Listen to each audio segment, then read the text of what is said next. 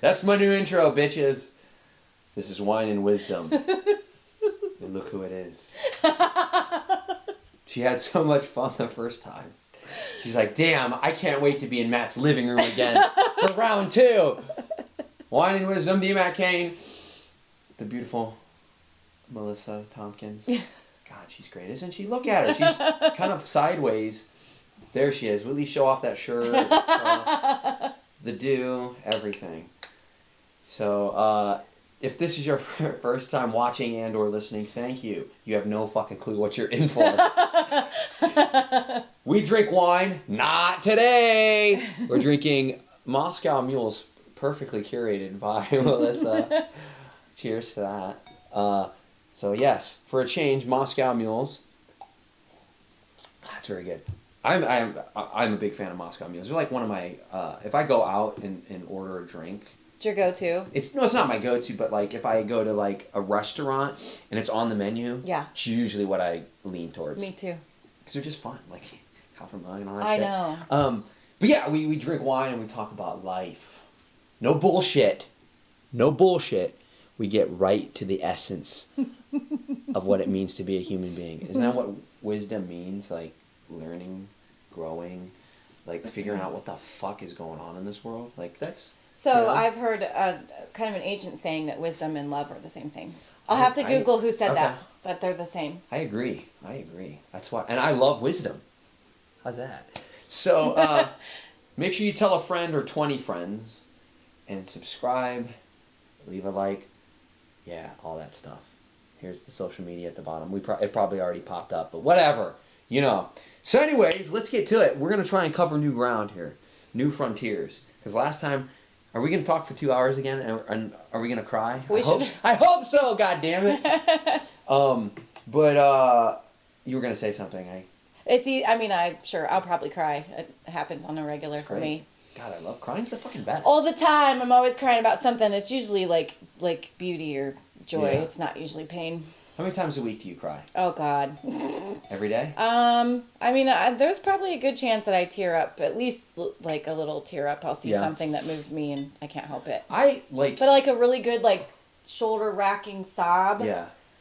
I wouldn't say at least once a month, you know, like, having some kind of major realization and realizing, you know, like taking a really hard look at myself and then realizing some level of pain that I caused someone else.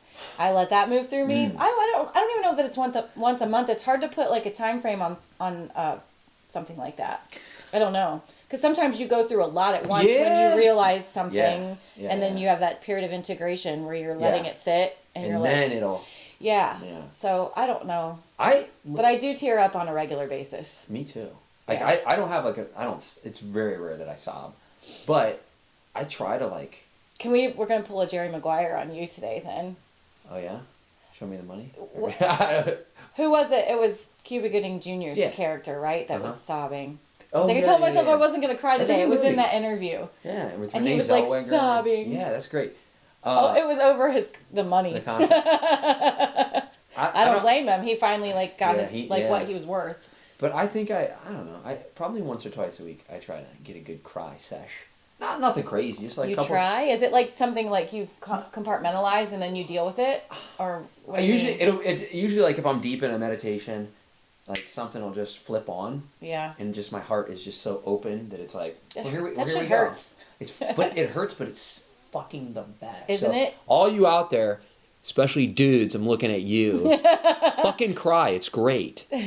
Right? It'll change your life. I love crying. I'm not gonna. It is great.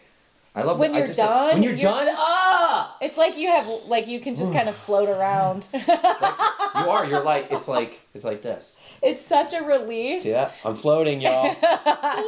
Matt learned to levitate. Yeah, and like emit light. I radiate light from my golden waves of light emanate from my third eye and shit. But so Melissa, let's talk about some shit we didn't cover last time. What do you say? You down to clown? I'm like super interested because you've not clued me in on anything. Well, we're gonna talk about something right out the gate that you want to talk about. family values and capitalism. I was making a joke. I was Well, let's fucking get into it. Fuck it. Let's do it. Let's talk about purity culture and family Let's values go. and how Let's it's go. tied to capitalism. I'm so. That's what's great about, like, for me, nothing's off limits. Yeah. Isn't that great? Yeah. Like, if well, you I've push. been a little hesitant to talk about this because of my upbringing and not wanting to like cause harm. You know, not that I think like my parents are gonna watch this. You know, they're lovely people. I just I've been hesitant, but I think it's a good thing, especially because people are becoming a little bit more vocal about. Because trauma is such a buzzword, people are becoming a little bit more vocal about calling out, like leaving their faith. You know, what they were raised to believe. So, like I'm down to talk about it. I just am not interested in causing harm. That's just a fine line. Okay. That's all. I'll just, you know, pay attention to what I'm Okay. saying. All right. You know, But ask me anything, because ask me anything. For sure. You know, I love questions. Yeah. Well, that's the thing. It's like, I think about this every now and again. It's like, you don't choose your parents. Right. You don't choose when you're born. You don't choose. Well, you may have. Well, this is true. This is true. There's but a good it's not chance like that you did. 100% we know, like, listen, I want you and you. Fuck. Okay, let's go. Here I come. And that's, as an aside, two of my really close friends, shout out to Chris Clem, shout out to Quentin Owens, as of this recording, 2 days ago, they both had a daughter. Oh my gosh. Isn't that crazy? Aww. COVID babies, people be fucking, right? I feel like I'm doing this a lot. Like, I'm a hype man. But, so I don't know what's the point with that. But yeah, so like seeing... They had daughters. Yeah, they had daughters. So like seeing my friend's daughter, Kirby, like seeing... What a cute name. I know, right? It's the cutest. I love it. And it's cool because like Kirby. It's a great name. Aww. I've met one Kirby. I had her as a student of mine at Kent State University. And she was awesome. Now lives out. How awesome was she? She was great.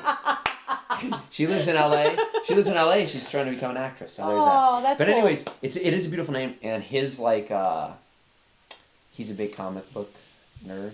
Okay, which one is this, Chris? Chris Clem. Okay. Which I don't know if you met him, but no, he was on the podcast. But I saw that. Yeah, he was on 2 episodes. Check him out in the archives. Oh, I've only seen one. But Jack Kirby, comic book extraordinaire, right? You familiar with? I'm not. A lot of people know Stan Lee, but Jack Kirby, I'm right? not. Marvel, DC. Oh man, like one of the gods of All right. of comics. So her name is Kirby Lee Clem. Oh my gosh, what right? a great name. Fucking the best. So I just saw, seeing the photo of her, seeing his wife holding her, and fucking was like, oh my god. Is that so is that when you cried? Did you cry? I'm not gonna lie, I did tear up. Like All right. It wasn't like the cathartic cry, but it was like some love for your friend. Yeah, because it was like so exciting because it's like other than my sister having my niece. Yeah. It's like the first person that's like super close to me that I've been around where they had the kid when I was in their life. You know what I mean? Yeah. And that's like, it's fucking, it's great. What about you? Beautiful. You gonna have kids? Am I gonna have kids? Yeah. It might be I don't have any that let me say this. situation. I don't have any right now that I know of. Get that out the way. I've had scares. Ladies. I did have scares. Let them know. This show ain't about me, it's about you. I thought it was about wine and wisdom. This is true. Is that wisdom I'm talking about? I'll say this. Get it out the fucking way. I guess I can't be asking the questions, right? Yeah, what the fuck? You're not in charge of this shit. I just flipped it. No, it's cool. Turn the table. And then we'll get back to family values and capitalism. But I like go back and forth. To be honest with you, it's gonna sound strange. So My favorite. I'm gonna try and put it. Strange is your favorite? Yeah. Oh, it's the best. So. Because it's yours. It's yeah. unique. So, it's like, I would like to have a kid, and I actually. See, I always kind of thought you wanted. Yeah. A child. Well, it's like children. God. And again, if you would ask me this question like 5 years ago, I'd be like, "Fuck yes, let's go, kids! Give me a couple, we're good to go." A couple pet humans. Yeah. Now I'm like, I can take it or leave it. Do you know, like, if like this is what my I get where you are. Your karma. If this is what my karma. I get it. my incarnation, this is what it needs. This is where I'm driven. What my intuition, what like I have to work out in this life. This is what I need. Guess what? We're going forward with it. But it's I'm not like not a plan. No, it's not a plan. But you know, like how some people. I wondered how that has evolved for you. Yeah, like you know how some people, because it's like, I want to make sure that I'm like at that point where it's like, okay, you know what I mean, with myself. Mm-hmm. And I'm not, right now I'm not there. Right. Because like I'm finding it just, everything is so fascinating, like by myself. Like even like I haven't been in a relationship in 3 years, so like this process of that's going on with me by myself. Yeah. Is fucking. It's super cool. It's great, and it's hard to give it up. It's hard to give it up. To even think about giving it up. Yeah. When you know. That's why I'm always so hard on dating. Yeah. Like, but if another season rolls around. Yeah. Like I come up to a different. Like form of identity. I'm like, hey, okay, let's go. Like another self-identity, and it's like, this one's like, okay, I'm ready to like have a relationship or date, have kids, but I'm not tied to it. I don't. Right. You know how some people, it's like, what they define as like love, happiness, is to be a mom, right? Mm-hmm. Like I've known I've dated them too, plenty of women that like they define God as like being a mom. Mm. And I'm sure it's the same thing for men too. That's not me. Mm-hmm. I'm at a really unique position where, because I love kids, you know this. Sure. I'm like a giant fucking kid. I do. Same, and me too. But I never planned to have any. Right. Thank God I did. Yeah. Because I'd be dead if I didn't have my two. Like they stopped me from dying pretty much, the track I was on. So that was someone else's plan. Mine before I got here. Yeah. So, but it's like, I'm fortunate that I get to work with kids and teach kids and have fun. Like I have that outlet. Yeah. And then it's like, well, okay. Then they go home. Bye. Yeah. Yes. Now I can, because I'm fiercely independent. That's something I really discovered is like, dude, even though I'm complete extrovert. Yeah. Like 100%. No, I get it. I'm so attached to my freedom. So like, I prioritize. Autonomy is like at the top of the list for almost everything in my life. Doesn't mean like I wouldn't do anything for the people I love and care about. No, I get it. But having self-rule and doing it for the fuck I want at any time I want. Oh my God! Yeah. Like that is, to me, that's so more important than having a family, having kids, being married and all that. Yeah. I'm attached to my freedom. Oh, it's really hard to like put it in a box or give it up in any type of way. Yeah. Like someone has to be really understanding of that. So understanding. And that also segues into like, cultural view of relationships versus what we may view, how we view relationships and their use. Yeah. Which I'm going to let you ask the questions because I'm the host with the most. I'm taking over. Well, no, it's like, it's so. This always happens with us, though. Yeah. It just flows. But you're right. Like, you're thrown into this. I don't remember what philosopher, I'll look it up later, like you're going to look up that quote. Who's the philosopher that said you're thrown into this world? I have no idea. Heidegger, Descartes? I'm not really sure. I don't even remember. I minored in philosophy and I can't even fucking remember. But it's just reading a bunch of other people's ideas really anyway. Is. And then I remember mostly men. I remember this shit. Yeah, for sure. I remember I had an intro to philosophy course at when I was doing my undergrad. Was it all Freud? No, some was. But this. I guess that would be more psychology than philosophy. Yeah, right. But I just remember the first fucking class. We all sit down, and this professor, he was probably like 90. Oh, geez. Going on 200, and he's like. He goes, he gets up. It takes him like 5 minutes to get up. He picks up the chair. He puts it, he like clears some desks. That took another 10 minutes. He puts the chair down in the middle room. He goes back to his desk and goes like this. And he goes, is that chair really there? And that was our whole fucking like first lesson. It was interesting. Did he sit in silence after that? No, it was like volleying back and forth. Oh, people were saying things. Yeah. Their ideas or whatever. Mm-hmm. Did anything stand out? No, I didn't fucking remember. That was like forever, 20 years ago. No, not that long ago, but it was a long time ago. I mean, if you were to look at the chair under an atomic microscope, it wouldn't be there. It would just be pulsing. Yeah. But then But I it's love that. It's interesting. like a Zen proverb where sure. it like wraps your. It's a total mind fuck. That's the point. Right? I know, and like Yeah. Ram Dass with all his guru stories, it's like mind benders.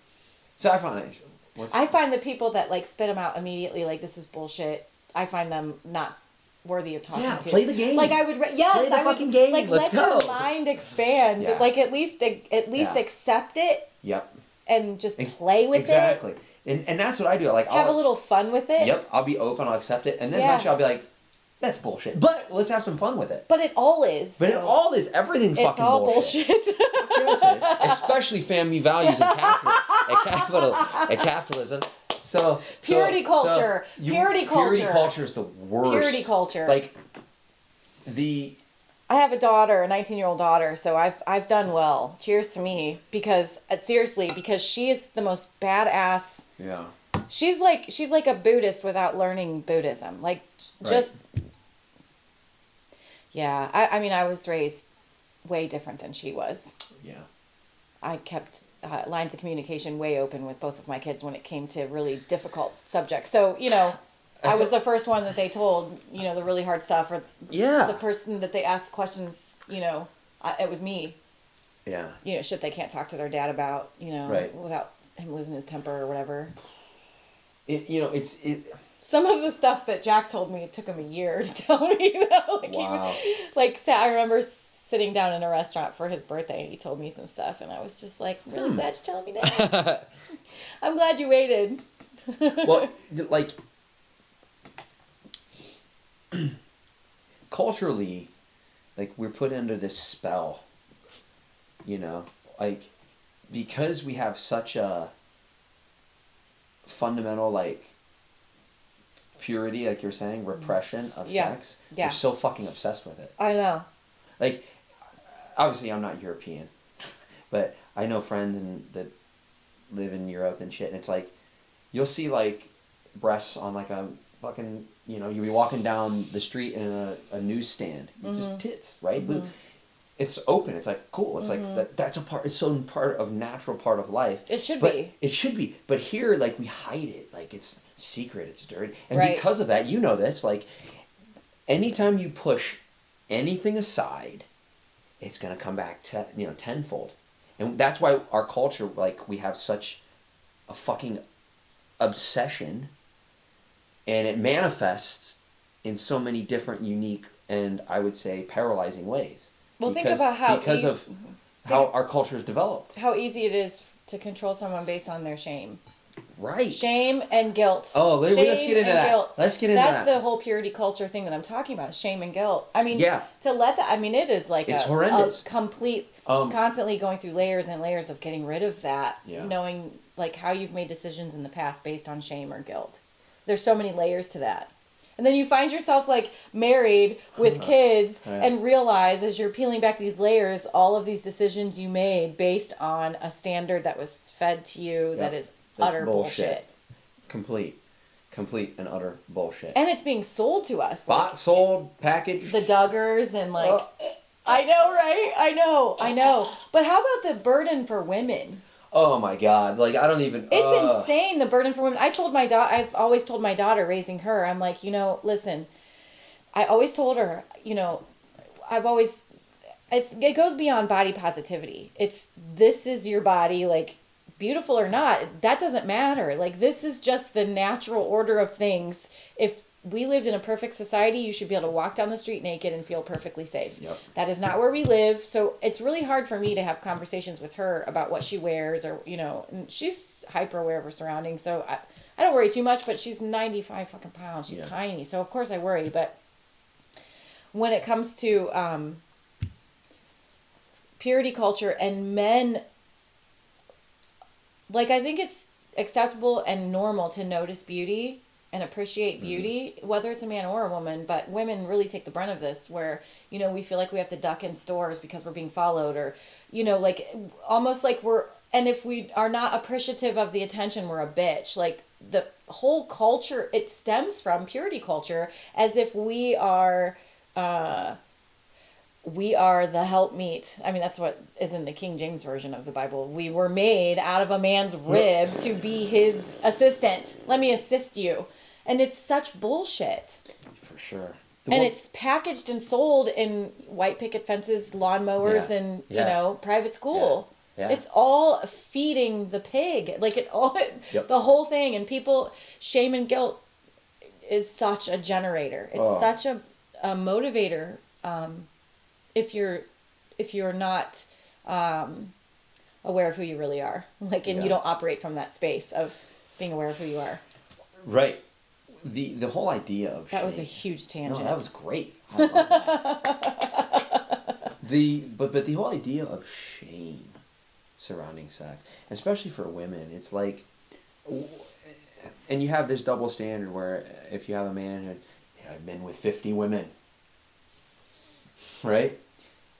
And a woman, I've been with 50 men. It's like, what do we say about her? Can't make a wife out of a hoe. Like, that song makes me fucking insane. My God. That I'm like, double standard all these women that you're having sex with are women that you're having sex with. Like, can they not enjoy it and appreciate it and also be at the same level that men are and seek it out? Right. Like, why is that such a shaming? I don't understand it. Is it because our bodies are designed to be the receiver? Like, I don't understand why there's such a stick. I mean, I do. Yeah. The shame thing, the purity culture thing, I get it, but it's... Well, look at when you break through that barrier of shame and you are no longer ashamed of either A, your body, B, your decisions, or C, your actual personal sexual life, you don't give a fuck about, but you become hyper aware of it. For sure. And less tolerant. Yep. At least that's where I'm at. Yeah, I mean... you said, if anything in life that you... It's like we're going backwards. It is. But anything in life that you deny, that you push away, that you don't explore, it's always going to seep back in. You're always going to have this, like, fascination with it. Mm-hmm. And look at the origins of this country. Puritan, right? Mm-hmm. Puritans. Mm-hmm. But it's like you have to embrace your humanity, and that's part of it. Hey, we have sex. Like, that's what it means to be a human being. How the fuck did I get here? I don't want to think about it, but my mom and dad boned. Like, right? So we have to embrace that. Understand it doesn't mean we throw it everywhere, but like. No, I think that sexual energy should be sacred. For sure, it is. Yeah, I don't. But the point is, our conversations. Yeah. First off, we need to have the conversations. Correct. And the conversations around it should be mature. Mm-hmm. And I'm really blessed. For me, like, being raised pretty much matriarchal. And I think I've told you this. Like, I had 6 aunts plus my mom. So right, like, and mostly she's badass. My mom's badass. Yeah. But it's like, if I didn't show respect, and there's been a couple of times where I would do something and it was like, oh, not doing that again. But if I didn't show respect and learn how to not only respect women, but embrace my femininity, my feminine side, like, I wasn't gonna survive. So much shame for men. For sure. But it was like, Matt, listen, like, we know you are attracted to women. Of course, you're a man. Like, this is what you enjoy. But that's another conversation, and I think part of it is a pushback of women, like, because men are such fucking pigs, that, like, there's such a pushback of, well, I gotta watch out for myself because men are fucking disgusting, and all they think about is what they want to do with me. Right? Heaven forbid I smile at you. Heaven forbid I smile. I open up towards you. I'm automatically flirting. She wants to sleep with me, baby. What's up? Yeah. Can I not just be myself? Yeah. So, like, so those roots that our culture is based in have created such, like, institutional trauma, right? Like, institutionally, we're fucked up because of that. I think if we like we're completely accepting of these ideas that are bullshit. Yeah. Because those conversations aren't out there, we don't talk about it, we're not open to it. Like I said, they're going to manifest. Like, those because we repress that energy so much, it's going to jump out. Mm-hmm. And I feel like that's in ways that are unhealthy. And it's going to manifest in unhealthy ways.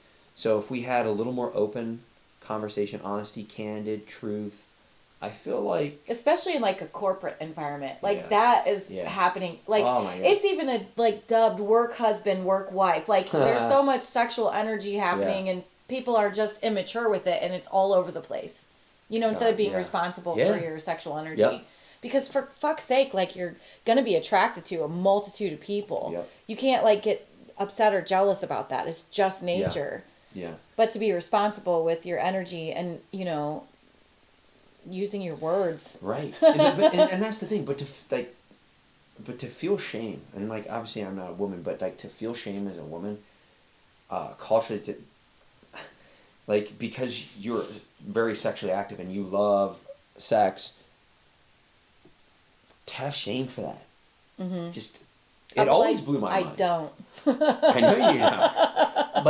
But think about people that were raised. I have friends that struggle with this. Still struggle with it. Yeah. It's sad. It's sad. It saddens me because I'm all for the liberation of all people, of everything, and that's something that I see so many people struggle with, is that imprinted, boom, like as soon as they enter this world, it's imprinted on us to have shame over sex because our culture is so fucked up in regards to dealing with it. I talked to my daughter about this. I actually told her that sex isn't that big of a deal. It's not. I'm like, don't make a big deal out of this whole, like, losing your virginity. It's like, I told her, I'm like, especially when you're young, it's really not that big of a deal because nobody knows what they're doing. Hate that. You know what I mean? Truth. Like, you got to learn something, you know, somehow or some way. But I remember telling her that, like, I'm like, don't put sex up here. It's not that big of a deal. But at the same time, it's a huge deal. Yeah. So I try to teach her that, you know, a lot of women don't realize, or they realize to like a surface level extent, their amount of power that they have over weak-minded men. So true. Weak-minded. I'm not talking about men who are in control of themselves and their sexual energy. I'm talking about weak-minded men. The women that use that power to their advantage or not realize the effect or the power of that. I see that a lot. It's very messy. It's just you know, it's like, you know, a woman that's clearly, I'm going to word this differently. There's a lot of harm that can be caused by using your energy, you know, for attention or to fill something in you that isn't, you know, really healthy. Yeah. I'm not trying to shame at all, but there's a lot of harm that can be done. And I see that with girls that are coming into their, you know, realizing sort of, they may not see it in themselves. They're just getting the external validation from men, and it feels really good. Yeah. Especially for girls who didn't have any type of validation from their fathers. Right. So they're feeling, you know, this is such a sticky topic because sure. I'm definitely, you know, not shaming my sex in any way, you know, females ever. And you shouldn't. But I have, you know, I've had candid conversations with my child and her friends about this very thing, especially with being in college and just being careful with themselves and letting them understand how much power that really is. It's not, you know, you're actually in control. Like most of the time, especially with men that are a little more weak-minded and not in control of themselves, the women are in control. Yeah. 100%. And I think they don't realize that impact. Because they're not the man. They're not experiencing it as the man. They're experiencing that validation, which is a bit of a high. Right. I remember that when I was younger. Yeah. Oh, God, yeah. Oh, yeah. I'm sure it's like, oh. I was a mess. Yeah. Absolute mess. Because of the family values. Oh, my God. Right? I ended up pregnant at 21. Yeah. Right. Absolutely. It's a mess. And that's the thing. Like, And who says you even have to, like, I could spend, like, so many podcasts on this shit, but anything that's created societally, structurally, is created by humans, and it's created by systems. Like, so, who says you even have to have sex? Who says you even should have kids? You should get married? What? But think about it. And intimacy has nothing to do with any of those things. But think about it. It's like, in our culture, it's like, people ask, well, you got a girlfriend, you got a boyfriend, like, you're getting married. So many you're boxes have kids. to be it's like, put what in. the fuck? I know. It's so interesting to me. I get it. When people ask me, they're like, so what do you do? I'm like, What do you mean, for money or with Yeah. my time, or like, are you asking me what my job is? Like, it's That's so just true. like, it's Nobody, so but nobody ever annoying. asks. Like, and this is like, I don't give a fuck. Like, about that how are shit. you doing? Thank you. Nobody Yeah. goes. How's your heart? Nobody. Right. Nobody goes. How's your day today? Nobody goes, Melissa. That nobody goes. Are you happy? I really hope you're well. Are you happy? Yeah. Like, I hope you're well. Yeah. Are you finding your truth? Yeah. Like all this shit. Can we say that instead of like? No, you're nuts. I know. Like it's like this. It's crazy. Like you like wind up the key in the back and Yeah. like. Yep. Hello. Are you gonna be married soon? It's like the Truman Show. Yeah. Yeah, it is. I know. Everybody's like, to me, like, all the people, and this is why you're in my life and we're close, because all the people that I'm really like close with and I vibe with are people that like are real. Yeah. They've I just like had this conversation with someone they recently. like smashed through that like glass, that like Yep. iconoclastic glass of like, fuck this shit. This is just because this is what the WASP society Right. says doesn't mean it's fucking right. Doesn't mean it's for me. Right. So it's so liberating when you reject peak, that yeah. and you do the work internally, be like, oh, this is my truth. This is what I fucking want. This is what I need to honor in my life. It's the most liberating thing you can do. Not only that, but how about like the feeling of empowerment from it? Like you feel like you're off the ground. Yeah. Like it's godlike. It's not like you have power over others. You are just so aware of your ability, like your ability to navigate your own life. It's such a high. Yeah. And the only time that you ever feel low is when you forget. For sure. It's like you just forget for a second. For a sec. You just forget. Yep. And the more work you do, the less time you spend forgetting. For the sure. more you are like in tune to what's really going on. And the bitch about that is all of the moments of self-realization where you're like, oh fuck. Oh Yeah. fuck. Oh shit. And Yep. then you're like, oh my God, I just realized how I came across to this person. Or, Yeah. oh my God, like what Yeah. I wanted 3 days ago is Right. not the same as today because of all of these realizations. Yeah. It's just, and that's the thing I think with relationships, it's petrifying because of, like, I change on a daily basis. Yeah. And people used to, especially people close to me, used to think that I was flighty or fickle, and I'm not. I'm Yeah. actually, and I'm going to just say this about myself, I'm highly intelligent, but I'm not attached to a certain bed of knowledge as truth. Like, I would that's- rather accept something as false and move on with my life with knowing that than pretending that it's true. Right. So what I mean when I say I change on a daily basis, I'm not going to waste my time with something I know that isn't true. Yeah. It's almost obsessive. Like I can't put it down. And that's the thing with relationships, and I think we will probably end up talking about that. You know, culturally what relationships are put into versus, like, for me, it's been like a 2-year turnover rate. Like, it's just like, I'm stuck here in the mud, like I'm sinking, like in the never-ending Yeah. story with my horse. Like, I gotta get the fuck out of here. I train Is this you. person still doing the same Yeah. shit? They're not, it's just, does that exist? That level of growth. And I'm not saying that people have to grow at the same time. I'm not. I think there's a facade at the beginning of relationships, but when you do more inner work, you recognize it quicker, and you waste less time. You waste less Your time. bullshit Yeah. detector.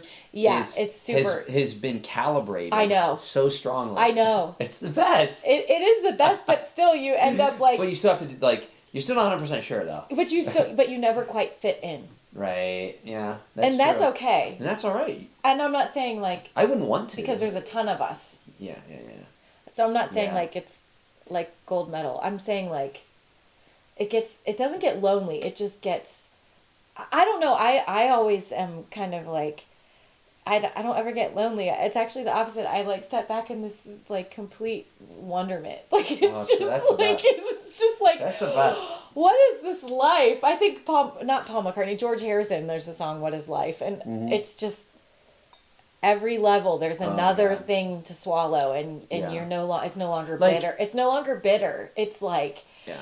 what's next? To have that fascination. Well, and I've said this in the past, but like to have that fascination, like with everything in life, it's like you have a love affair with life. Uh-huh. You Yes. digging? Yes. So like all the stuff of life, all the stuff that happens. Yeah. Whether it's like, wow, awesome, or ugh. That sucks. Yeah. And honestly, you learn more in the uhs than the ahs. Uh-huh. But all the stuff of life is like your beloved whispering like softly into your ear. Do you know what I mean? Like, No, I do. It's like, so all the thing that happens in your life, because you are in that love affair with life, it's like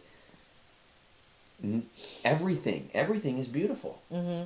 Even the pain. Yeah. Yeah. And everything is a vehicle to just make you freer. Everything is for you. Everything is for you. When you really, really grasp that, because I've tried to grasp that concept before, and I have in layers, but when it like really gets you, like in like your whole being all the way down through your feet, like you get like, you feel so like loved and encapsulated. Like, this is for you. Wow. This is not, it's not for harm. Like, this is for you.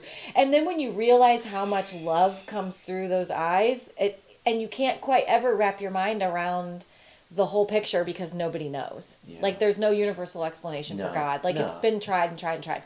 And that's the one thing we know, is that we don't know. Yeah. And most people just can't jive with not knowing. And that's the thing. Yeah. Like, but that to me keeps me just hungry as fuck. Oh, it does. I'm just like, because we get up the next day and it's like, what?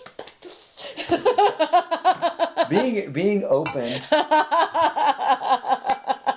being open and able to embrace the fucking mystery. Mm. Like, the people that and I'm accepting that it is a mystery. Right, but like the people that are like, well, this is how it is. Right. No. Like, how do you? Well, let me ask you this. Conversation over. How do you know? How do you know? But because was it because how you were raised, because of that family values and shit? Did God tell you specifically? Are you sure it wasn't an alien? Like, how? Right. So people that like think, but that's what our mind does. I'm kidding. That's cool. Xenu. You know, it's funny. It's speaking of my friend he said lives in LA and had a baby. Yeah. At the hospital where they had their kid, they opened their window, and right across the street was the Church of Scientology. Oh my God. his wife there? Yeah, his wife Kristen goes, I think we're gonna go get our baby's theta levels checked. Dude, I want to do it. I don't know. I know enough, as my old client Jesse used to say, I know enough to be dangerous. I know enough about like Scientology, but it's so fucking. I don't want to get into that. I don't want to get into that. That's not the time. What was I saying? What was the point? But like, like the people that feel like this is how it is. We should just stop talking and explode. Yeah, that'd be great. But this is how it. Melissa, listen. In the book of Micah. Everything in me is already bristling. I'm like. Like, listen. You're supposed to be a seed bearer. You understand? That's all you're good for. In the good book, it says you must do everything I tell you. You must submit. You must be a good Christian woman to thy husband. I tried that. And make sure that that all my needs are taken care of. Your needs are secondary, says the Lord. Okay, go ahead. You were saying? The preacher at my parents' church years ago asked me what it was that I did to make my husband so angry at me all the time. Fuck. I have some stories, yeah. Ugh. Yeah. You know what? Oh my God, I don't even want to fucking... This is coming from a man who backhanded his wife in the mouth, had 2 affairs. Yeah, what are you doing? Have you ever asked yourself what you're doing to make him so angry? I remember the first time I called the cops on him. 2 cops came, and I got smacked across the face and called a cunt. And the one cop that played the good cop, because, you know, they're bad and good because it's my word against his. Because getting smacked across the face, you know, there's nothing really... A little redness is not proof. I could have been crying, you know. And they asked me if he threatened my life, and I didn't lie. I said, no, he didn't say he was going to kill me. And they're like, there's not really anything we can do. They were standing by the ledge in the kitchen, and they saw my book. I had a book sitting on the kitchen by Dr. Laura Schlesinger, and it was called The Proper Care and Feeding of Husbands. Like, I was doing everything in my power to make this narcissistic, keep feeding abusive person not angry. Right. The whole time taking responsibility for someone else's emotional state. I mean, isn't it crazy? It breaks my heart. I was so young and just so like, you know, like my dad had a temper, but he never treated me like my ex-husband did. Like, my dad would just, like, lose his temper over dumb shit. You know, like, my dad was really smart and taught me, like, a lot of really cool shit. And, like, and now that I'm older and we're closer, like, I'm closer to my parents, I realize how much more like my dad I am.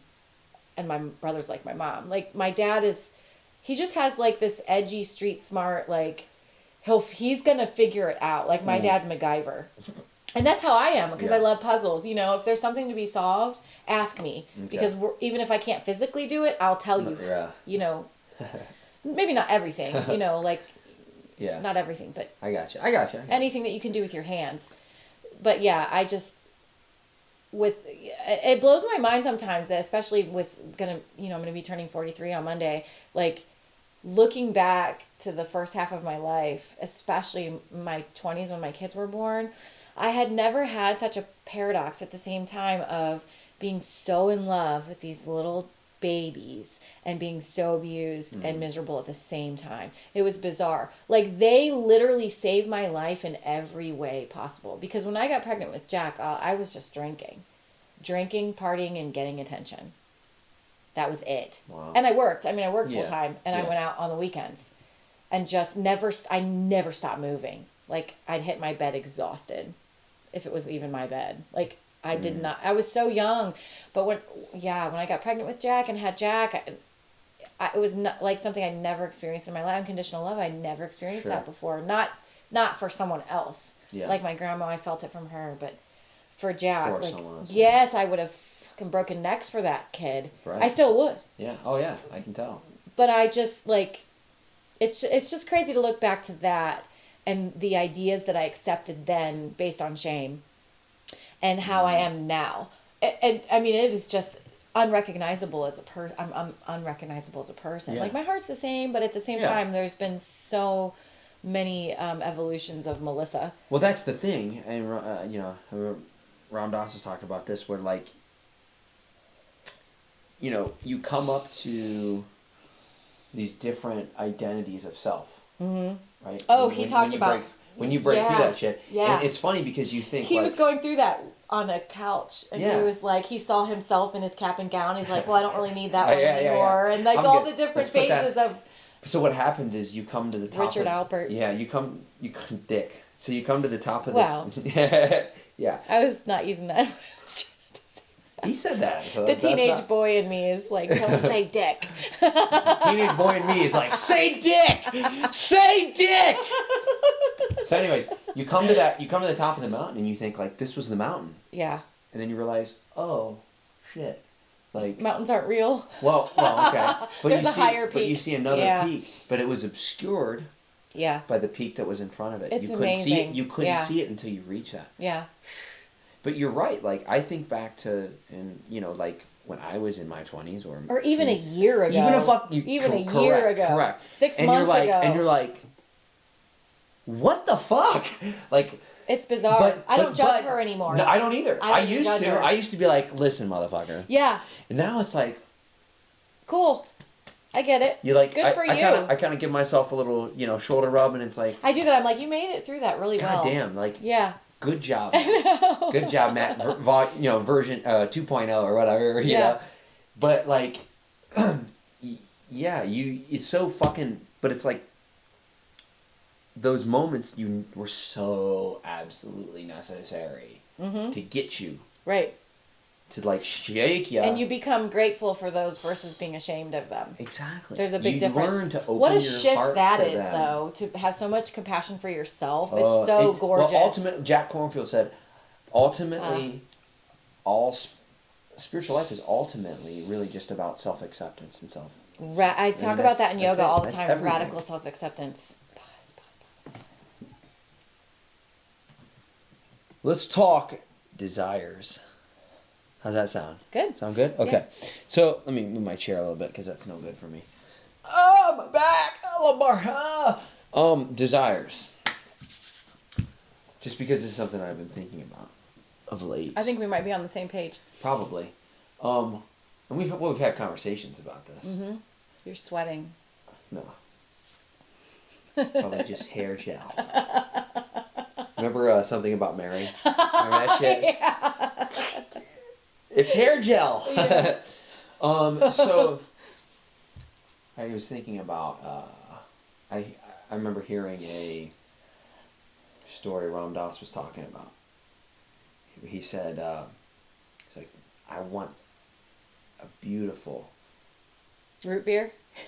No. That's He his goes- fixation. He goes, Hot "I tubs just- and root beer. Hot tubs, root beer. But he goes, I want a beautiful. He's like, I want it really badly.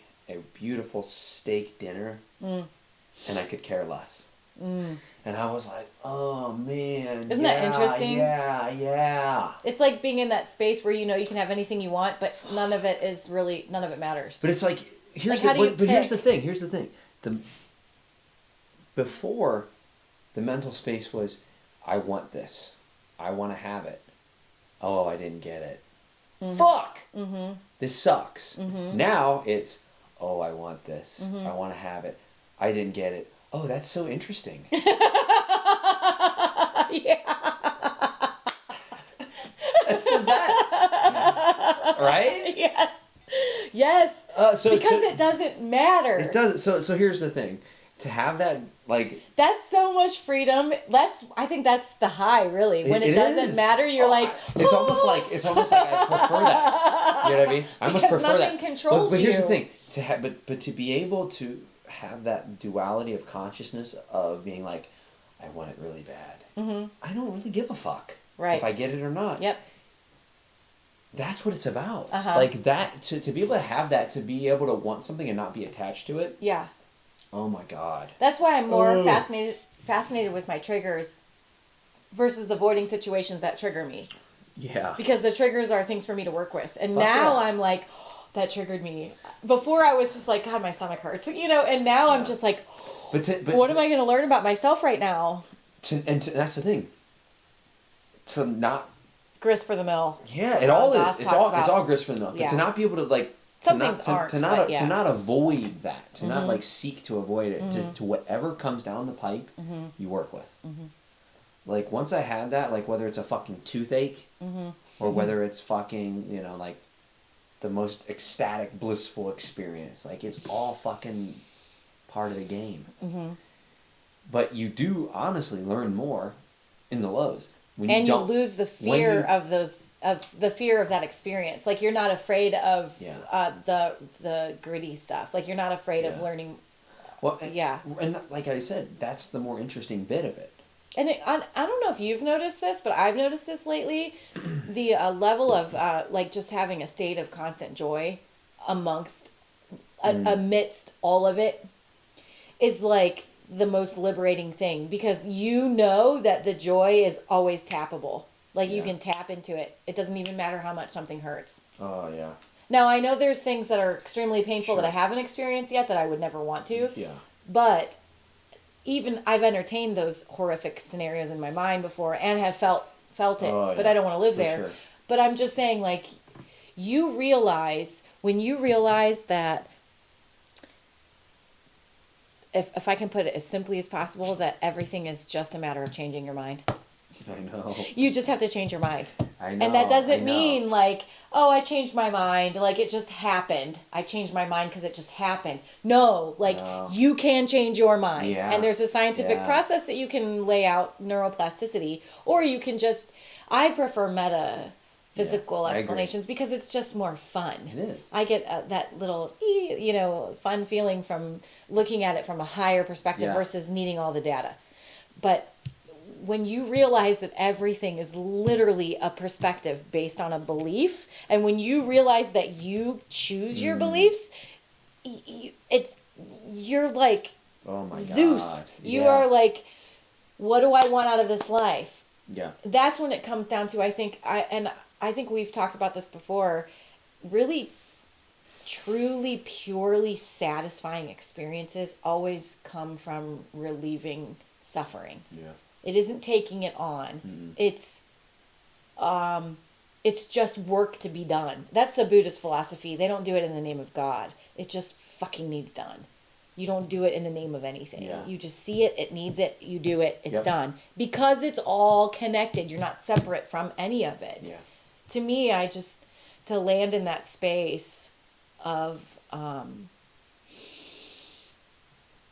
just, I get like, I don't know about you, and you probably do, but like just when you get up in the morning, you get a little bit excited about what's going to be handed to you that day. Yeah. And you're less, I used to wake up when the switch would be flipped on of my mind, shake off the dread in the morning. There'd be so much dread because Yeah. the game starts playing in your Sure. mind. But when I gotta do this and this. Yes, but when you realize that you are behind all of Yeah. that, the awareness behind the thoughts, Yeah. and the thoughts, the more subtle thoughts that create emotion, you're in that space behind that too, of just that pure awareness. And then when you realize it's loving awareness, it's benevolent, like you get a little bit more excited because you realize that there's no purgatory, there's no goal, there's no earning, you're not going to hell, there's no repercussion, and it doesn't matter if it takes several lifetimes. It doesn't matter if you fuck it up or not. It's just you being completely present with whatever is presented to you. Fully present, where you're looking it in the eye and you're taking it in and eating it like Callie, like you just take it in and eat it, and someone suffering, whatever it is, you let it completely break you open and just experience it. It's just, you never have an answer to what it all means, and it just blows. If you can rest in not knowing, your life will sail, like you will always be sailing with the water. You'll never be sailing against it. You just realize that the ground rises up to meet you where you are, constantly rises up to meet you where you are. Yeah. And you can actually experience that if your mind's open enough, like the ground moving up to meet your feet. Like if you're in a certain mental state, you can experience it physically. Yeah. Well, it's so liberating to, like, we all are like, if I had this thing, if I got this thing, this desire, it would make my life better. Yeah. There's so much I know. But it's but like wanting, you said, and like you have to have it for a certain level of satisfaction or happiness. Is that what you're saying? For sure. Yeah. But when you come to that realization that it's like, this moment is enough. Mm-hmm. The happiness, the sadness, everything in the spectrum of it, this moment contains all of that. Don't you feel like, though, like the first step to getting to that space is giving yourself permission to fucking have desires without any shame? Yeah. Like coming back full circle. You have to give yourself permission for them to be there. Yeah. And then when they're there, they're less loud. You're just not as moved by them. You're like, oh, there's that. Right. It's always like this, it's just always like an awareness. You're just always shedding light on something. Was it Lord of the Rings with the eye, and it will move it'll move its light to like one thing, you know? Mm-hmm. It's like that, like not exactly, but it's looking at something and looking at it fully and seeing it for what it is. Like you're allowing it to be there. You're shedding light on it and you give it permission to be there. Like you accept that it's a desire. When you struggle against a desire with guilt or shame, it's like, I haven't had a cigarette in 16 years and 4 months and 27 days. Yeah. Like, go smoke a fucking cigarette. You know what I mean? Yeah. Like, you're going to die of not smoking. Just being fixated on that. Correct. I think that is a really good place to start, especially in our culture. I think that's like a good step one. Accept the fact that these are your desires, even if they're not culturally accepted. Exactly. I'm not talking about pedophilia. I'm talking about things that just culturally aren't accepted. Yeah. Like being a woman that likes sex. Being a woman who's okay with it. Yes. Being a woman who's allowed to given herself permission to live her life any way she wants to live it. Regardless of what anyone says. And the shame and the guilt is all there throwing it. Yeah. It's been throwing, people are throwing it at you, and you just either eat it or you just let it go over your head because you don't care. God.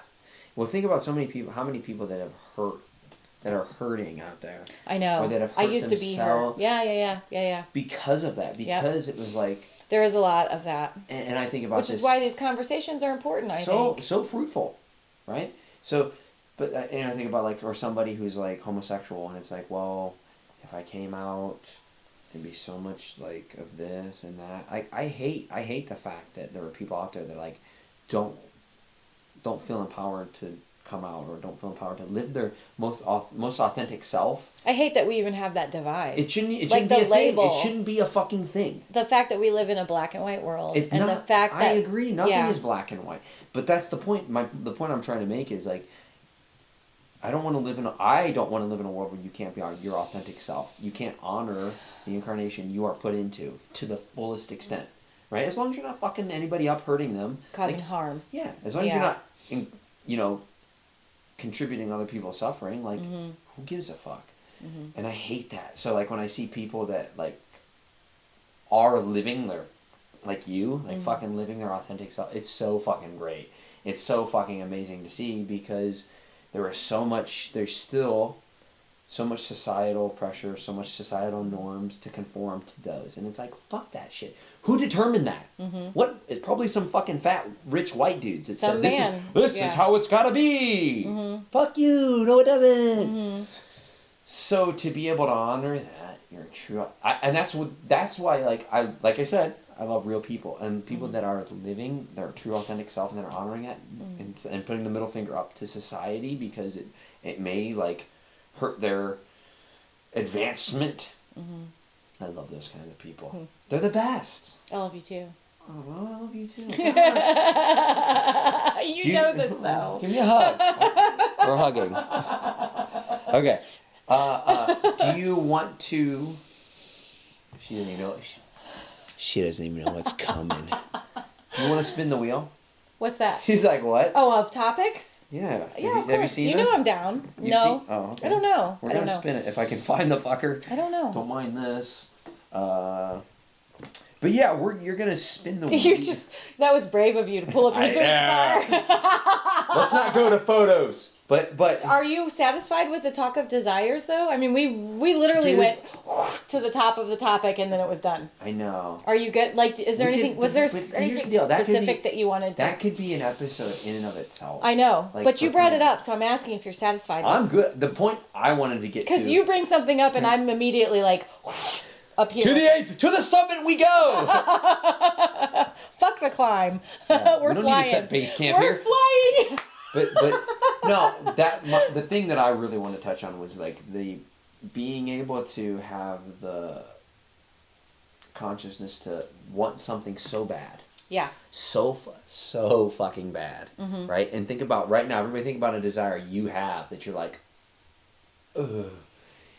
But then to be like, I could care less if I get it. Like, God, that's so liberating. And it's actually odd.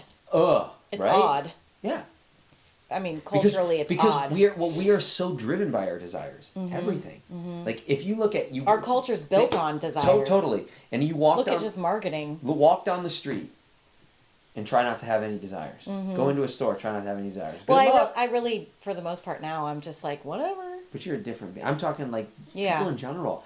If you didn't have those desires, you would see everybody as God. Well, people are thinking... Right? Well, that and, like, they're just so sensory-led. Senses.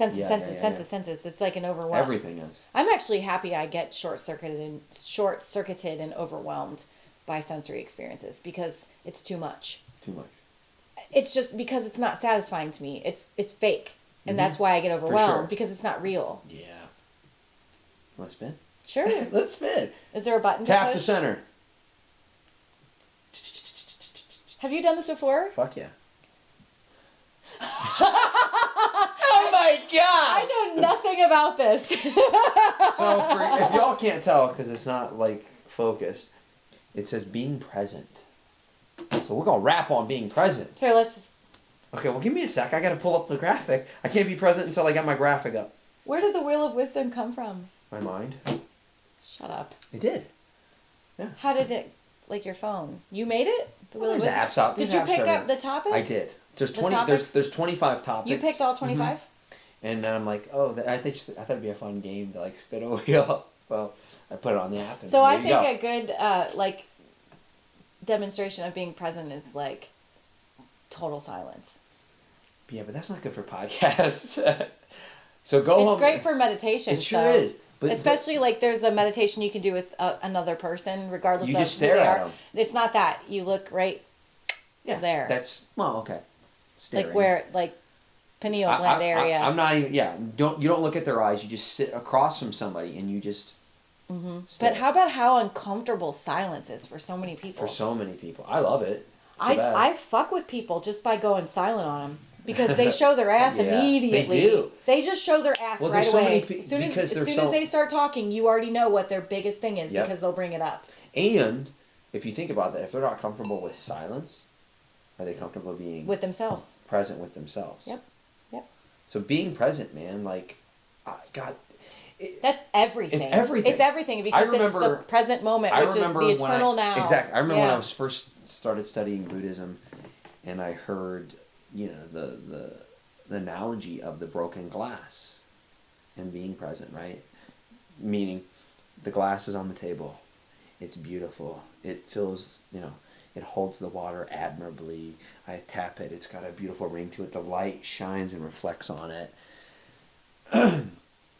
But what happens if, oops, I knock the glass off, it falls off the table, it shatters. I cry, I'm in despair. But if I realize when I really look at that glass that it's already broken, every moment that I have with it is precious.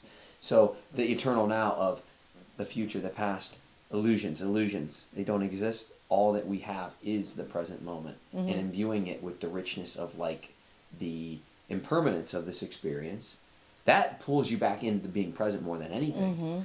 So that takes you right to the core of gratitude. Completely. Gratitude and presence are completely intertwined. They're enmeshed together. What other state of being is there Nothing. than complete gratitude? And that's the thing. And if you sit with it, it will just completely overtake you. And you can't help but tear up. Like you can't help but be in complete awe of all of it. The enormity of it. And that's the thing. Even if you have like a very logical brain. Which I do, because I'm an overthinker. Yeah. But it's somebody that's like completely like super logical. I guess I wouldn't be. I guess, no, I wouldn't throw myself. You're very heart, mind, and intuitive more than like, I'm talking like somebody that's like a super ultra. Like type A personality. Yeah, engineer, like, I see. You know what I mean? It's all data. Right. Yeah. Even if you told them this, think about this. Will you ever experience a moment in your life in the future or the past? It's all present. And it fucks with their brain. They're like, I guess not. Right? They're like, you can see them trying to compute. It's like, literally, this moment I'm experiencing right now. Yeah, this moment I'm experiencing right now is present. The moment I'll experience in 5 seconds, Lord willing, is present. What I just experienced 5 seconds ago is presence. So when you can have some, like, when you come to that understanding, it's so liberating. It's I don't know. And that ties back into what we were talking about earlier with like every moment is enough. So being present and being grateful for that moment. But it also takes away like the whole element of fear of death. You're never afraid to die. No, it's just another whatever. But death is what makes life so worth living. That's what makes you fill completely up with gratitude in the moment because you realize that it's just that 100%. you have right now. And that's the duality that you have to live with, is that you are living and dying at the same time. Yeah. The duality of life and death. Oh, yeah. That this makes this worth it. And instead of grasping and holding and pulling, which is what the ego wants to do. Always. I don't even like that term anymore, ego. I don't, because I'm like friends with my ego. It's what we have. Yeah, but at the same time, it's I think one of the biggest, if we're going to call it spiritual lessons I've ever learned, was living with two concepts that could simultaneously exist that were opposite of each other. Yeah. And it isn't that you didn't know that they existed, it is that you bucked one and accepted the other. And that's what, our political system is based on that. Like those ideals appeal to you. Like, how dare you abort a baby? It's a baby. How dare you tell a woman what to do with her body? It's her body. Like, those two things can exist at the same time. I know, right? You know? And in the same mind. Well, that's what living and dying is. For sure. They're both truths. You're alive and you're going to die. Yeah. Most people want to defeat death. Most people want to pretend Conquer like it. It's never going to happen. Yeah. And then when it does. But then my brother works for the city in the Parks and Rec division. So he does a lot of mowing and there's a lot of cemeteries in Green. Yeah. So he's like mowing cemeteries and having like heart palpitations. You know, he's Wow. like obsessed with death. Like, it blows my mind. Like, if you could just give yourself a moment to accept the truth of dying Yeah. Taking off and that. not knowing what's after that. Because, I mean, I feel like we know enough to just rest in the fact that we don't cease to exist as an energy. Yeah. And if we do, we can't fucking do anything nothing you about can do about it. Nope. Like, you literally can't Nope. do anything Nope. about it. Like, Yeah. I could leave here and fucking die. I can't do anything about it. Nothing you can do.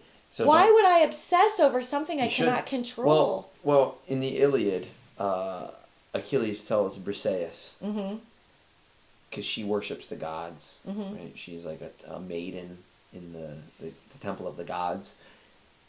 And Achilles goes in before he captured her, and he cut off the heads of all the gods, and she saw that, and she's like, "What are you doing?" And he basically tells her, "The gods, they're nothing." She's like, "But they're so powerful, like they're," and he stops her. He goes, "The gods, we're more powerful than the gods. The gods fear us, and why do they fear us? Because we're mortal. Because every moment might be our last. Every moment is so much more beautiful because we are mortal." So, I know that's really like poetic and fancified, but like, even if you, whatever you believe, whatever you buy into, whatever religion, whatever spiritual system, method, we all can understand that. We all can understand that I may live 60, 70, 80, 90 years, and that's it, as far as we know. Well, no matter what your system of belief is, the fact that we are finite creatures makes this moment awesome, makes it beautiful. Because if we live eternally, what is one moment compared to the next? So that's why it's like, there's part of me that's like, that's why I want to just like fucking every moment, right? Fuck the moment. But there's also then coming back to desires, where part of me where it's like, I don't really give a shit. Right. And to be able, like you said, to have that duality of consciousness is everything. Letting them both exist. Letting them both exist, not pushing away one, not fully embracing the other. Which is why I think Buddhism is called the middle way. It is the middle way, which that to me, I feel like to me is the only way. It's the only that could way be a to trap live. too. But again, all methods are traps. All religions are traps. All relationships are traps. Life is a trap. Life is a trap. It's all a trap. At the end of the day, like, except that you're in a trap. Yeah. Well, when you're on your deathbed, are you going to be somebody who thinks that they're dying, right? Or are you going to be somebody that's like, oh, that was fun, right? Or realize you're about to be set free. Or realize you're really going to take off that tight shoe. I love that analogy That's so much. Like, he's like, let him know death is okay. It's just That's like, cool. It's you're groovy. perfectly fine. You're just taking off a like, tight shoe. But think about how many people don't. That's like taking off your mind. Like, people Right. say losing your mind is a bad thing, and it's not. It's glorious. But think about how many people you even try to broach the subject of death, and it's like, no. Yeah. You watch people, how they deal with it. The reactivity to that is or so when fascinating. when someone is being with someone who's grieving a death, and they say all these things like they're in a better place, and blah, I'm like, you don't fucking How do know. you know that? You don't know shit.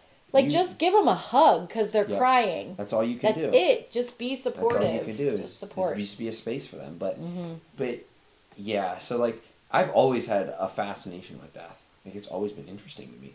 So like, and I've seen, and I'm sure you have as well, but I've seen multiple people in my life. Literally, I've been in the room when they died. I've never. Oh, okay. I'm sorry to make that assumption, but That's okay. It literally, like, you can literally feel the energy leave the room. Yeah.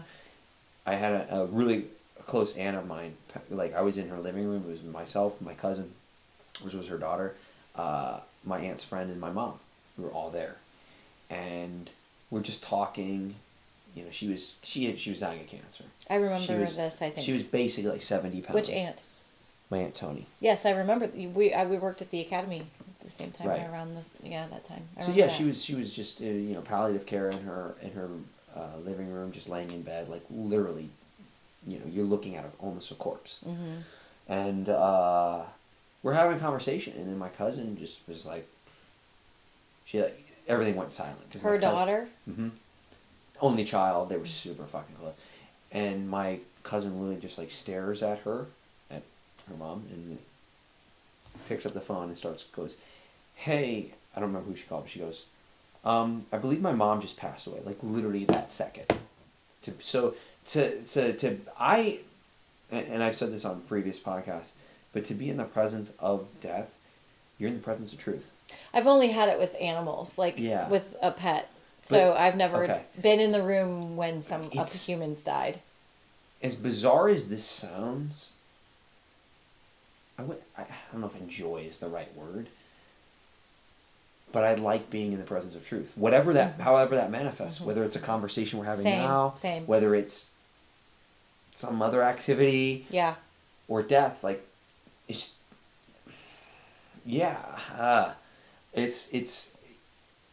like to be in the presence of that is something that selfishly, you use that energy to help you awaken.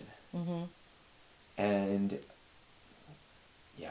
I don't know what my point with that was, but to be... It doesn't always have to be... No, it doesn't have to be a point, but the jumping off point. But to be in the presence of truth, to feel that. So I guess... But I think that is the point right there. I guess what I'm trying to feel... Yeah, what I'm trying to say is, like, most people are like, I don't...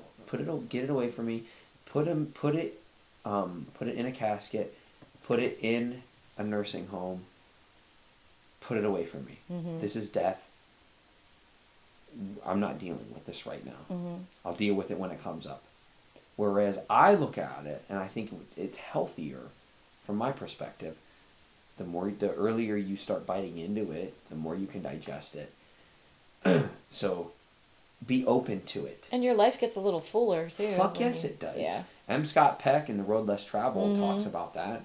Having death as your traveling companion. So when there's times where I'm like taking life too seriously, it always kind of whispers in your ear if you're paying attention. So when I feel like when I'm taking life too seriously,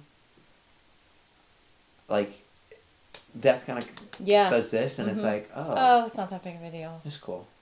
Like, there'll be time, like I'll think about whether I'm like, and for me, something that's really intrinsic to my being is like working out, like being physical, doing like martial arts and shit. And I often will reflect on, like, one day I won't get to do this. One day I'll be, like, crusty and old and decrepit and shit, and I won't be able to do this. So what I just did, wow, I'm grateful. Like, and it comes back to gratitude. I love those moments. It comes back to gratitude because you're like, damn. Especially when they hit you like that. Yeah. And that's why there'll be times, like, I've talked about crying, like, there'll be times where every now and again I'll sit down, like, to me, after I, like, and do a really good, like, training session and workout, like, that's a time of, like, such elevated state of consciousness. It's such a great time to meditate. I'll sit there, I close my eyes, and it's like, holy shit, I'm grateful. Like, think about the odds. Think about, they say it's like 1 in 400 trillion that you're born. Right. So you're special. That's amazing. You're special, motherfucker. Just to even encompass that. Like, how, there's a song called, I think it's called Saturn. Oh, who sings that? It doesn't matter, but the line at the very end is how beautiful it is that we even exist. Well, but to think about it, the fact that we're sitting here right now, having this conversation with our copper mugs, drinking our Moscow Mules. So I'll reflect on that, like the fact that I'm, after I got done training, I'll sit there and I'm so fucking present. Tying a bow on this, I'm so fucking present. The fact that it's a miracle that I'm just doing what I'm doing, that I'm here, that I'm present, that I'm fortunate, grateful, able to do this.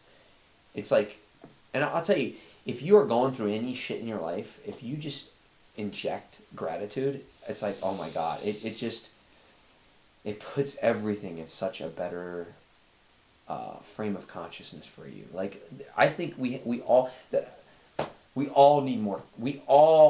Like, gratitude to me is like one of the linchpins of life. Well, I think gratitude is another paradox, because when you're in that state of complete gratitude, you have the flip side of knowing nothing. Gratitude is the fullness of everything. And it's also accepting, because every time you have those moments, you realize what you don't know. Yeah. Like, the more you see, the less you know type thing. or the more you know, the less you. Yeah. It's something like that. Well, right. But you can flip everything. But I'm like, when you're full of gratitude, you feel like you have it all. Right. Because you're so full of gratitude.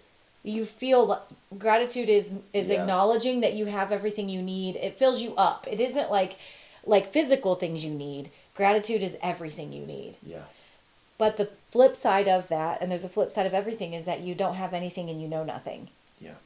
So it's bizarre because that even those two things balance each other out, because then there's always more to know and more to be grateful for, and they just keep doing this dance. The freer you get, the higher you go. The higher you go, the more you see. The more you see, the less you know. The less you know, the more you're free. Yes, and it's so true, because the beginning you get attached to knowing. Like, the knowing is a high. Yeah.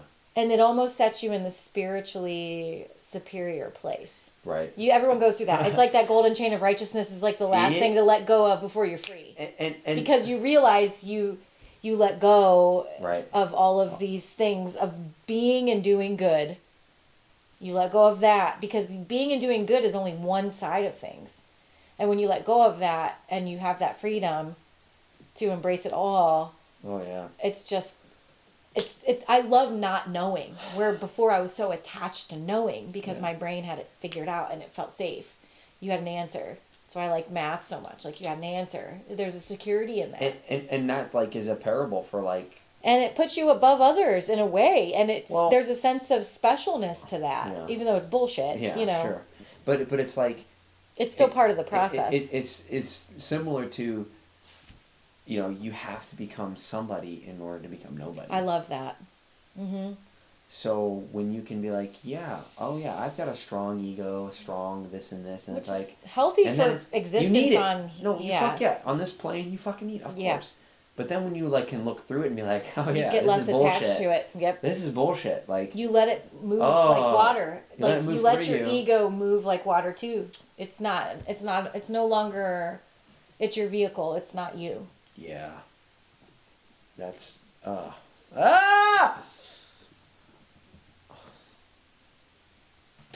So we'll finish with this, because hopefully this has been really enlightening. See, it doesn't matter. Doesn't fucking matter. Fuck it. But I will say this. It does matter. This is one of the reasons. It does, and it doesn't. And that's what we talked about earlier. But this is one of the reasons why I do this, because I'm not gonna lie. This podcast is 100% a selfish ambition, because I get to sit down with people that I find wise, people that I can talk to, and have really good, candid conversations, and learn and grow from. But nothing's ever truly selfish, though. No. Because it affects. True. This is true. But we're just separated by skin. Correct. So technically. Correct. But I look at it as honestly, I see it as a major self-care and self-love for sure. journey for you. For sure. I just like saying selfish, because anybody that knows me in my life knows I'm not a selfish person. But to be able to say this shit's for me. But you're right. I there's no difference. There is no difference. However, what we will say to finish here is, look at us both picking our hands. No, my Band-Aid. I just washed my hands. I need one too. I need a Band-Aid. My nail's half off and half on. So I have it. I know. I got a boo-boo too. You have 7. You're in way worse shape than I am. Like Warren Zevon said, my shit's fucked up. This is weird, because it makes me look like I'm a lot taller than you. You are, aren't you? 6'1"? No. So, let's we'll finish with this, because I know we'll both enjoy this. Ultimately, all you can offer somebody else is what? Sounds like a trick question. It's not. We've talked about this. Ultimately, all you can offer somebody is your own being, your own state of being, right? Yeah, I think there's a lot of key or buzzwords to call that, but for me, it always comes back to just pure acceptance, because in that state you're just listening, and I hate holding space. You are, I think, self-acceptance, beauty, love, all those things are the same thing with different words. So the only thing I can offer you is this. Yeah. Well, that's what I'm trying to say is, Like, I'm so present with you, whatever it is that you're going to say or experience, I'm literally sharing it with you. Yeah. I'm saying, okay, I'm going to experience it with you if it lightens your load or if it adds to the joy. Yeah. Whether it contributes to the suffering or relieves it. But it's something that, like, everybody needs to understand is when you have when you talk to somebody, when you have a relation with anybody in life, all you can do is convey your being, your essence to another human. Really, your heart. Yeah. Well, and I look at that as, we're both teachers, and ultimately you're not teaching what you know, you're teaching what you are. Oh my gosh, that is so true. It's very intuitive. It's so true because, like, I've known teachers that, like, just know everything, but they know nothing. And they can't convey, like, a good state of being to another teacher. And I've known teachers that don't know as much. Like, we'll talk, like, whether that's pedagogy or experiential or knowledge of the subject. But the being that they convey is... It's like a feeling of home. Like, intuitively you know that you are now bigger. It's like intuitively you know that you are safe. Intuitively you know that you can open up. Intuitively you know you can expand. Yeah. That's it. And that was such a release for me, being a teacher, because it's not... Yeah, of course you need to have a knowledge base, whatever subject you're teaching, meeting in that space. But when you flip it and you understand, ultimately you're just conveying truth. You're ultimately conveying... You're ultimately just that vessel for that universal outpouring of whatever. Well, I read recently that teachers are essentially the greatest of artists because their medium are humans. And that blew my mind because I've always tried to find, like, I can't paint worth a shit. Yeah. I can't compose music. I can't draw. Yeah. I'm a mediocre writer. And then I read that and I was like, there's canvas. Nothing truer than that, because when I teach, and it's always the days where I'm like in a really dark place that I don't want to teach, and I show up to class and I show up for myself and I'm just like, I have nothing planned. I mean, I can teach a sequence with my eyes closed, but I have nothing planned, and I open my mouth and it is like, I take no responsibility for the... It's so intuitive to the people in the room, and when it's over, they come to me and they're like, it's like you're in my head. And I'm like, I don't have any idea what you're talking about, because you are so connected. And that I just recently posted something about that on Facebook. It was just a quote from this philosophy page about how art is not about... or Alan Watts says it the best. He's like, the menu is not the meal. Like, it is the substance behind it. Yeah. It isn't the expression of it. It is what's moving. God. Okay. Like, there's a word. But I just thought that when I read that about teachers, it blew my mind, because teaching is not encapsulated to public schools. There are many things that you can teach, but when you open yourself up as a pure conduit for that to move through you, and your medium are human hearts. Sure. And you could also look at it as, like, you are your number one student. Right?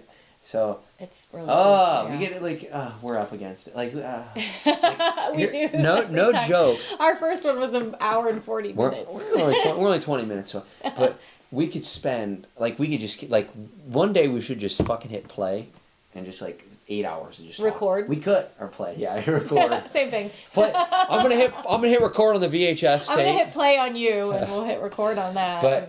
But we could just keep this going, and not that I don't want to, because I could, because I we're gonna lose some people. But it's like, okay, Matt. Hey, listen, I got a hair appointment right now. So I'm gonna turn you off. So anyways, that's the beauty of recording. You can press pause, and it's saved forever.